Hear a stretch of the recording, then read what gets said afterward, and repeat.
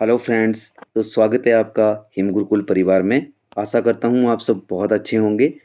आज की वीडियो में हम डिस्कस करने वाले हैं एचपी पुलिस कांस्टेबल 2025 में जो आपका एग्ज़ाम में हिंदी व्याकरण से आपको 20 क्वेश्चन पूछे जाएंगे। उनको आज डिटेल में डिस्कस करेंगे जो आपके सिलेबस के अकॉर्डिंग जो आपको टॉपिक बताए गए हैं। तो वीडियो को आप अंत तक पूरा देखिएगा। आज की वीडियो जैसे आप चेक कर पा रहे होंगे प्रहार 1, तो हिंदी के लिए नाम दिया गया है प्रहार 1। तो इसमें 20 क्वेश्चन डिस्कस करेंगे, राइट। और अभी तक अगर आपने हिम गुरुकुल परिवार को सब्सक्राइब नहीं किया है, आपसे रिक्वेस्ट करूंगा प्लीज़ सब्सक्राइब कर लीजिएगा। साथ में बेल आइकन जरूर हिट कीजिएगा, क्योंकि इसी तरह की जो इम्पोर्टेंट वीडियोज़ रहेंगी वो आप तक पहुंच सके, राइट। तो बिना किसी देरी के स्टार्ट करेंगे वीडियो। तो पहला जो हमारा क्वेश्चन है, निम्नलिखित में से सही विकल्प का चयन करना है आपने। वो तो भाषा शब्द संस्कृत की भाष धातु से बना हुआ है। द नेक्स्ट है भाषा सांकेतिक नहीं होती। देन ऑप्शन नंबर सी है भाषा सांकेतिक, मौखिक, लिखित तीनों प्रकार की होती हैं। और ऑप्शन नंबर डी है ए व सी दोनों। तो इसमें जो करेक्ट आंसर हो जाएगा वो ऑप्शन नंबर डी आपका करेक्ट आंसर हो जाएगा। भाषा शब्द संस्कृत की भाष धातु से ही बना हुआ है। थोड़ा सा आपको डिटेल में बताते हैं। भाष धातु से ही बना हुआ है, जिसका जो अर्थ होता है वो क्या होता है, जिसका अर्थ है बोलना, बताना और स्पष्ट करना। समझ रहे हो मेरी बात को। तो ये इस तरह से आपने जो चीज़ों को समझना है। और भाषा सांकेतिक, मौखिक, लिखित ये तीनों होती हैं। तो ऑप्शन नंबर सी भी ठीक होगा। देन ऑप्शन नंबर डी में दिया गया है कि ए और सी दोनों हैं। आई होप आप समझे होंगे। देखो यहाँ पे सांकेतिक नहीं होती, ये बिल्कुल गलत था, सांकेतिक होती है। आशा करता हूँ आपको ये समझ आया होगा।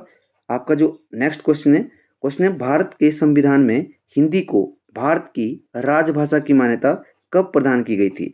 जो हमारी हिंदी भाषा है उसको संविधान में राजभाषा की जो मान्यता थी वो कब दी गई थी।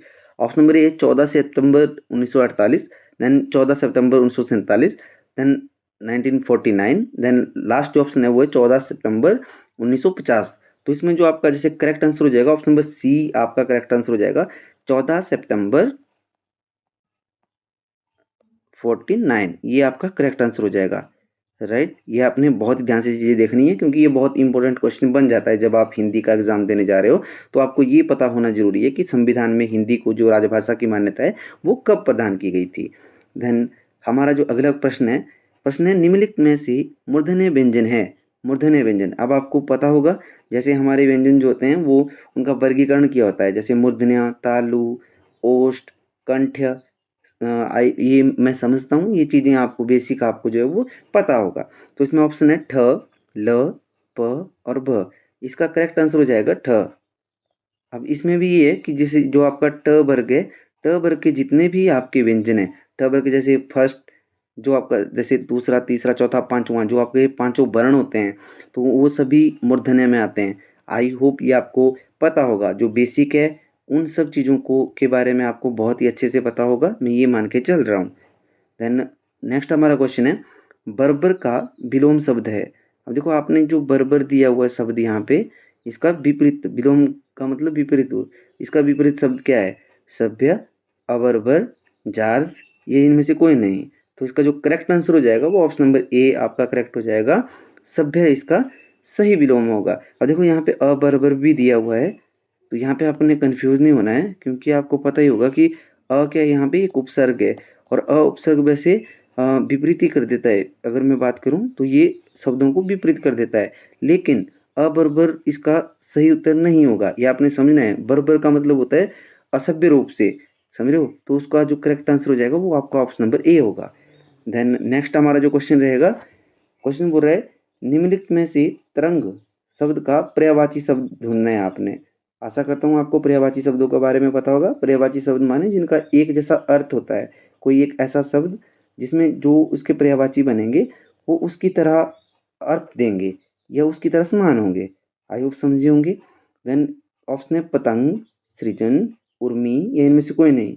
तो जो तरंग जो हमारा शब्द है, इसका सही उत्तर हो जाएगा ऑप्शन नंबर सी, उर्मी इसका सही विकल्प होगा। देन नेक्स्ट जो हमारा क्वेश्चन है निम्नलिखित में से चिरंतन शब्द का विपरीत है।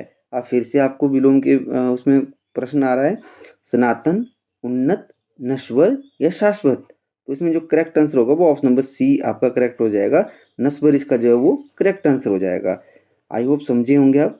देन क्वेश्चन नंबर 7 है आपका, लश्कर में ऊंट बदनाम का अर्थ है।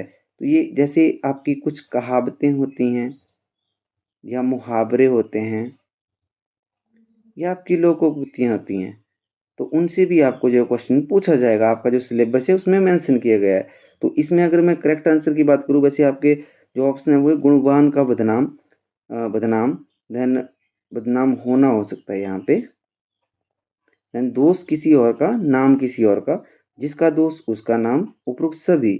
तो इसमें जो सही आपका विकल्प हो जाएगा वो आपका बी आपका सही विकल्प हो जाएगा। दोष किसी और का और नाम किसी और का, मतलब लश्कर में ऊंट को ऐसे बदनाम किया, मतलब उसका दोष नहीं है, तो जिसका दोष है उसको नाम नहीं है और जो उसका नाम है उसका दोष नहीं है, तो ये आपका सही विकल्प हो जाएगा। देन क्वेश्चन है हमारा, कौन सा शब्द वर्तनी की दृष्टि से शुद्ध है। यहाँ पे आपको क्वेश्चन वर्तनी से बन रहा है। अब आप बोलेंगे सर आपके जो सिलेबस है उसमें वर्तनी नहीं बताया गया है, बट लेकिन आपको बताना चाहूँगा कि जो आपके जैसे संज्ञा, जो आपके विकारी शब्द है ना, जब आपके विकारी शब्द जो आपके शुरू होते हैं तो उनमें जो है वो वर्तनी, और आपके जैसे जो वचन की अगर मैं बात करूँ, लिंग की अगर मैं बात करूँ, ये चीज़ें इन्हीं में ही शामिल होती हैं। तो अगर मैं इनडायरेक्ट वे में बात करूँ तो ये सारी चीज़ें आपको पता होनी चाहिए। आई होप आप समझे होंगे। देन आपका जो यहाँ पे विकल्प रहेंगे अस्पृश्यता, अस्पृश्यता, अस्पृश्यता, इनमें से कोई नहीं। तो आपको ये पता होना चाहिए कि जब भी आप कोई भी शब्द पढ़ रहे हैं उसको आपने इस तरह से पढ़ना है ताकि आपकी जो शब्दावली, जिसको मैं बोल सकता हूँ ना, शब्दावली जो आपकी वो आपकी सही रहे, राइट। तो इसमें जो आपका करेक्ट आंसर हो जाएगा वो ऑप्शन नंबर ए आपका करेक्ट आंसर होगा। अस्पृश्यता इसका जो है इस तरह से लिखा जाता है, इसको हम अ लिखते हैं छोटा स, देन प के पैरों में री, देन श य ता, इस तरह से इसको लिखा जाता है। देन हमारा जो नेक्स्ट क्वेश्चन है, निम्न में से कौन सा शब्द पुल्लिंग है। अब आपने यहाँ पे जो ऑप्शन है इनमें से पहचानना पुल्लिंग शब्द, साध्वी, संचालक, भवदिया, इनमें से कोई नहीं। तो सही विकल्प हो जाएगा ऑप्शन नंबर बी, संचालक जो है आपका, ये आपका पुल्लिंग में आ जाएगा। देन हमारा जो नेक्स्ट क्वेश्चन है बोलता है निम्न में से कौन सा शब्द विशेषण शब्द है। अब देखो आपको संज्ञा, सर्वनाम, विशेषण और क्रिया, ये इनसे आपको क्वेश्चन जरूर बनेगा एग्जाम में, एक एक क्वेश्चन पक्का बनेगा इनमें से। और ये शब्द होते वैसे कौन से हैं, ये सारे शब्द जो हैं वो विकारी शब्द होते हैं। जैसे मैंने आपको बताया था कि जब विकारी शब्दों को आप पढ़ने लगोगे तो उसमें शुद्ध वर्तनी, लिंग, वचन, ये सारी चीज़ें उनके बीच में होती हैं। तो ये संज्ञा क्या है यहाँ पे, ये विकारी है, सर्वनाम, विशेषण, क्रिया। तो अब इस तरह से ही आपको इनमें जो वो प्रश्न बनेगा। अब विशेषण से आपको जो प्रश्न बन रहा है तो विशेषण से आपने पहचानना कि कौन सा इसमें जो है वो आपका सही विकल्प होगा।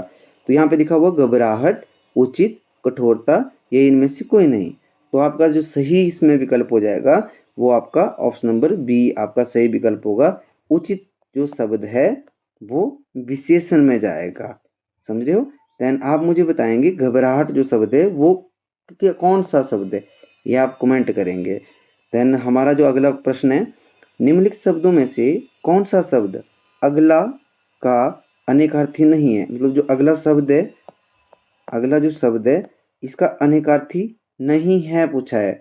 तो आगे, दूर, आगामी, ये सामने का। और देखो आगे अगला ही होता है, देन आगामी ये भी आने वाला आगे, मतलब देन सामने ये भी आगे वाला मतलब अगला, इसका अनेकार्थी होगा। अनेकार्थी का मतलब क्या होता है, जिसके अनेक अर्थ हो, जिन शब्दों के अनेक अर्थ हो, अनेक अर्थ हो उनको बोलते हैं अनेकार्थी।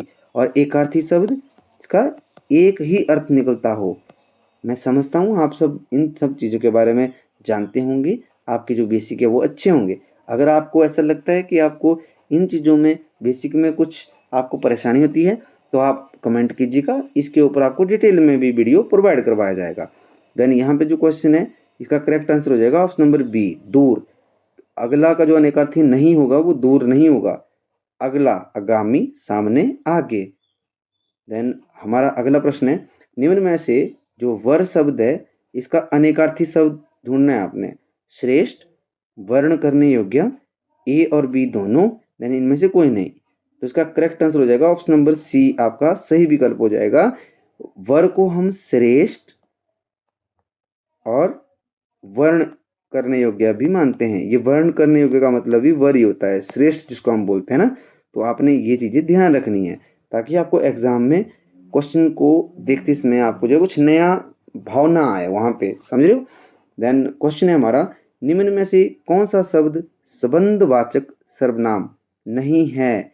नहीं है पूछा हुआ, संबंधवाचक जो नहीं है, तो जो, सो, वो, देखो ये तीनों ही अगर मैं बात करूं तो ये संबंधवाचक हैं। क्या हैं? ये आपके संबंधवाचक सर्वनाम है। तो आपका जो बचता है ये कौन है, ये है कोई। कोई जो है वो संबंधवाचक नहीं है। अच्छा, कोई संबंधवाचक नहीं है तो ये कौन सा सर्वनाम है, ये अनिश्चितवाचक सर्वनाम है। कौन सा है, अनिश्चितवाचक। आशा करता हूँ समझे होंगे। देन 14 जो हमारा क्वेश्चन है, हिंदी वर्णमाला में स्पर्श व्यंजनों की संख्या कितनी है। इसमें लिखा हुआ 24, 23, 25 या 26। तो करेक्ट आंसर हो जाएगा आपका ऑप्शन नंबर डी, सी आपका करेक्ट हो जाएगा 25। 25 स्पर्श व्यंजन होते हैं। इसमें साथ में थोड़ा सा बता देता हूँ आपको। और जैसे यहाँ पे एक होता है आपका अंतस्थ व्यंजन। अंतस्थ व्यंजन आपके 4 होते हैं। और अगर मैं आपके जैसे ऊष्म व्यंजन होते हैं, ऊष्म व्यंजन भी होते हैं ना, तो वो भी आपके कितने होते हैं, 4 होते हैं। तो इस तरह से भी आपको पता होना चाहिए कि इन व्यंजनों की जो संख्या है वो कितनी है। संख्या से आपको डायरेक्ट कई बार क्वेश्चन पूछा जाता है कि ऊष्म व्यंजन कितने होते हैं, कितनी संख्या है उनकी, तो 4 हैं। अंतस्थ की कितनी है, तो 4 हैं। इस तरह से आपने समझना है। फिर आपको पता भी होना चाहिए कि जो ऊष्म व्यंजन होते हैं, जो अंतस्थ व्यंजन है वो कौन कौन से हैं, जैसे य, र, ल, व। और आपके जो ऊष्म व्यंजन है जैसे श, श, श और ह, ये आपके ऊष्म संघर्षी भी बोलते हैं हम इनको। तो ये आपके ऊष्म संघर्षी भी बन जाएंगे। आशा करता हूँ समझ आया होगा। देन हमारा जो नेक्स्ट क्वेश्चन है, क्वेश्चन बोल रहा है किसी वाक्य में पूर्वकालिक क्रिया का प्रयोग हुआ है। किसी वाक्य में, ये जो वाक्य दिए इनमें पूर्वकालिक क्रिया पहचाननी है आपने। बस शहर पहुंच चुकी थी, वह नहाकर पड़ेगा, थोड़ी देर पहले पानी बरस रहा, इनमें से कोई नहीं। तो इसका करेक्ट आंसर हो जाएगा ऑप्शन नंबर बी आपका सही विकल्प होगा, वह नहाकर पड़ेगा। देखो पूर्वकालिक क्रिया क्या होती है, ये आशा करता हूँ आपको वैसे इन चीज़ों के बारे में पता होगा। अगर नहीं पता है तो आप कमेंट कीजिएगा। आपको बेसिक की एक डिटेल में क्रिया को लेके एक वीडियो अपलोड कर दी जाएगी। देन क्वेश्चन है हमारा, मालिक धोबी से कपड़े धुलवाता है, वाक्य में क्रिया का भेद पहचाने, अकर्मक, प्रेरणार्थक, विकर्मक या सकर्मक। तो इसका करेक्ट आंसर हो जाएगा ऑप्शन नंबर बी, प्रेरणार्थक हो जाएगा। क्यों प्रेरणार्थक हो जाएगा, क्योंकि मालिक धोबी से कपड़े धुलवा रहा है। अब जब कर्म, जब कार्य या कर्म जब किसी करता मतलब किसी और से करवाता है, किसी और से करवाता है, तो वहाँ पे प्रेरणार्थक होती है। जो क्रिया होती है वो प्रेरणार्थक क्रिया मानी जाती है। तो मालिक ने क्या किया, मालिक ने धोबी से कपड़े धुलवाए हैं, तो मतलब मालिक ने धोबी से कपड़े धुलवाए, किसी दूसरे व्यक्ति से कार्य करवाया, तो उसको हम प्रेरणार्थक में लेते हैं। आई होप आप समझे होंगे। देन नेक्स्ट है हमारा, उस विकल्प का चयन करें जो भाववाचक संज्ञा नहीं है। अब ये बोल रहा है कि जो भाववाचक नहीं होगी, सुंदर, अपनापन, पढ़ाई, भलाई। तो इसमें जो सही विकल्प हो जाएगा ऑप्शन नंबर ए हो जाएगा। सुंदर क्या है, ये भाववाचक संज्ञा नहीं है। अच्छा, आप मुझे बताएंगे अगर सुंदर भाववाचक संज्ञा नहीं है तो कौन सी संज्ञा है सुंदर, ये आप मुझे बताएंगे, कमेंट करेंगे, राइट। देन क्वेश्चन है हमारा, निम्न में से कौन सा युग्म सही है। सही युग्म की पहचान करनी है। माई का लाल, इसका मतलब क्या, साहसी व्यक्ति होता है। लुटिया डूबना मतलब सारा काम चौपट हो जाना, ये मतलब होता है। सी ऑप्शन है, ए और बी दोनों, क्या ये दोनों सही हैं या इनमें से कोई नहीं। तो correct answer option number C हो जाएगा। माई का लाल का मतलब होता है साहसी व्यक्ति, लुटिया डूब जाने का मतलब है सारा काम चौपट हो जाना। तो ये दोनों ही इसके जो है वो सही हो जाएंगे। तो ऑप्शन नंबर सी आपका सही विकल्प होगा। देन क्वेश्चन है हमारा, गांठ का पूरा मुहावरे का अर्थ। अब देखो मुहावरे, मुहावरे का मतलब आप समझ चुके होंगे कि जो कुछ ऐसी जैसे कहावतें या कुछ ऐसे शब्द जो पहले से प्रयोग में लाए जा रहे हैं और उनका जो शाब्दिक अर्थ है, शाब्दिक अर्थ को प्रयोग में ना लेते हुए, प्रयोग में ना लेते हुए जो उनका अलग अर्थ निकलता है, उसको हम उसमें वाक्यांश में जब प्रयोग करते हैं तब उस मुहावरा बनता है। तो गांठ का पूरा, इसका अर्थ क्या हुआ, लापरवाह, चतुर, मालदार, या इनमें से कोई नहीं। तो इसका करेक्ट आंसर हो जाएगा ऑप्शन नंबर सी, मालदार। मालदार माने इसको हम धनी भी बोल सकते हैं ना, धनी, जिसके पास ज़्यादा धन होता है, राइट। देन आज की जो वीडियो है उसका अंतिम प्रश्न है, मातृत्व शब्द में कौन सी संज्ञा है? भाववाचक, जातिवाचक, व्यक्तिवाचक या द्रव्यवाचक? सही जो विकल्प हो जाएगा ऑप्शन नंबर ए हो जाएगा इसमें। भाववाचक संज्ञा, मातृत्व शब्द में कौन सी संज्ञा है? भाववाचक है। तो धन्यवाद, आपने इतना वक्त दिया। आशा करते हैं आपको ये वीडियो पसंद आई होगी। अगर आपको वीडियो पसंद आया तो आप वीडियो को लाइक कीजिएगा, शेयर कीजिएगा और अपने परिवार हिम गुरुकुल को अगर अभी तक आपने सब्सक्राइब नहीं किया है तो प्लीज़ आप इसे सब्सक्राइब कर लीजिएगा, ताकि आपको इसी तरह की जो इम्पोर्टेंट वीडियोज़ हैं वो आप तक जो पहुंच सके। तो आज की वीडियो में इतना ही, मिलते हैं नेक्स्ट वीडियो में, तब तक आप अपना ध्यान रखें। जय हिमाचल।